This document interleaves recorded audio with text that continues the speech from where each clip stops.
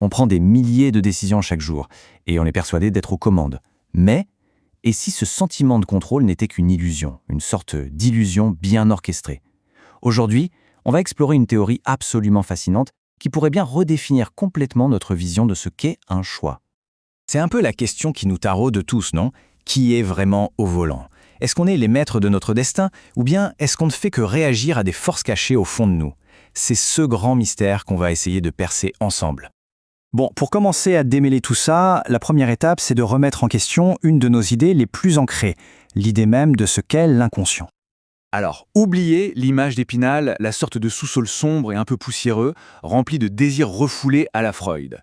La vision moderne, celle qu'on explore ici, elle est beaucoup plus active. L'inconscient, ce n'est pas une archive passive. Non, c'est une machine vivante, une dynamique qui apprend, qui s'ajuste, qui prédit. Constamment. D'accord, mais alors, comment elle fonctionne cette machine? Eh bien, le concept clé, c'est ce qu'on appelle l'inconscient bayésien. Pour se faire une idée, imaginez que notre inconscient est une sorte de météorologue ultra personnalisé. En se basant sur absolument toutes les journées qu'on a vécues jusqu'ici, il essaie en permanence de prévoir le temps qu'il va faire dans la seconde qui suit. Est-ce que cette personne en face va me sourire? Est-ce que ce chemin est sûr? Ce ne sont pas des calculs froids, hein, ce sont des prédictions vivantes façonnées par notre histoire qui est absolument unique. Et le processus, c'est un cycle en fait en 3 temps. D'abord, il anticipe, il fait une prédiction à partir du passé, c'est ce qu'on appelle les priors. Ensuite, il observe ce qui se passe vraiment dans le monde réel et il note la différence, ce qu'on appelle l'erreur de prédiction. Et enfin, et c'est là que tout se joue, il se met à jour pour être un peu plus précis la prochaine fois. C'est un apprentissage permanent en fait. Et c'est là que ça devient vraiment intéressant. Cette machine, ce n'est pas un logiciel. Loin d'être un calcul froid et logique, ce processus est profondément incarné. Il est teinté par nos émotions, par nos besoins, par toute notre biologie. Cette dimension biologique, affective, ça introduit un élément qui est absolument essentiel, le chaos. Et c'est justement ce chaos qui fait de nous ce que nous sommes, des êtres uniques. C'est ce fameux chaos qui explique pourquoi, par exemple, 2 personnes qui vivent exactement le même événement peuvent réagir de manière complètement différente. Un petit mot, un rien, entendu dans l'enfance peut, des années plus tard, déclencher une réaction énorme. Ça, c'est la non-linéarité. Bien sûr, nos gènes, nos toutes premières expériences, ça fixe les conditions de départ. On développe aussi des attracteurs émotionnels, des schémas de peur ou au contraire de confiance vers lesquels on a tendance à revenir encore et encore. Et puis bien sûr, il y a nos habitudes qui se renforcent toutes seules, qui creusent des sillons de plus en plus profonds dans notre esprit. Au fond, cette citation résume tout à la perfection. Notre singularité, ce qui fait qu'on est unique, ça ne vient pas d'une sorte d'âme mystérieuse.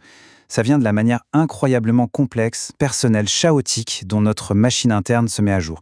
Ce n'est pas un calcul, c'est une alchimie vivante.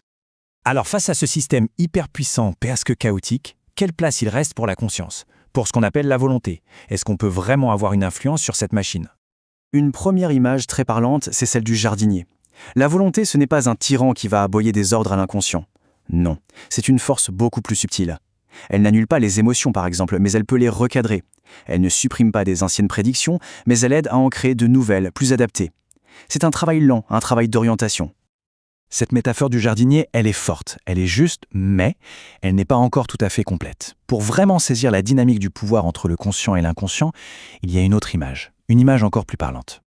Et voilà la métaphore clé. Le conscient, c'est un roi, et l'inconscient, c'est son peuple. Un peuple immense, créatif, parfois un peu turbulent. Le roi, lui, il représente l'unité, il donne une direction, mais en réalité, il ne fait qu'une toute petite partie du travail. La dynamique entre les deux est fascinante. Le peuple, donc notre inconscient, c'est la source brute de la créativité. Il génère des milliers d'idées, d'intuitions, de stratégies, de possibilités en permanence. Et toutes ces propositions, elles remontent au roi, notre conscience. Et le rôle du roi, ce n'est pas de créer, mais de valider. Il évalue, il sélectionne, il approuve. Il donne en quelque sorte le sceau royal à l'une des options que le peuple vient lui soumettre. Tout ça, ça nous amène logiquement à la conclusion. Si le conscient est un roi qui ne fait que valider les propositions de son peuple inconscient, alors qu'est-ce que c'est au juste le libre arbitre? Eh bien la réponse, elle nous oblige à abandonner notre vieille définition. Le vrai pouvoir, en fait, il ne se trouve pas du tout là où on l'a toujours cherché. La vraie liberté, ce n'est pas le pouvoir de claquer des doigts et de choisir A plutôt que B à un instant T. Non, c'est une liberté beaucoup plus profonde, plus lente, mais aussi bien plus puissante. C'est la capacité, sur le long terme, de modifier, d'éduquer, de sculpter la machine probabiliste qui, elle, va générer nos choix et nos intuitions de demain. Voilà, c'est sans doute l'idée la plus importante de toute cette analyse. La vraie liberté, elle ne réside pas dans l'acte final, dans la décision elle-même, mais dans tout le long travail préparatoire qui la rend possible. C'est la liberté de devenir l'architecte de son propre inconscient. C'est un travail d'alignement, d'élagage. Choisir quelles expériences on va cultiver, quelles habitudes on va renforcer, quelles valeurs on va mettre au centre de notre vie, pour que petit à petit, notre machine à prédiction interne génère des options qui nous ressemblent de plus en plus. En fin de compte, cette vision nous rend responsables, non pas de chaque petite décision instantanée, mais de la personne qu'on choisit de devenir au fil du temps. La question, ce n'est donc plus seulement quel choix faire maintenant, mais plutôt quel genre de personne se prépare-t-on à être. Et ça, c'est une question qui reste ouverte pour chacun d'entre nous.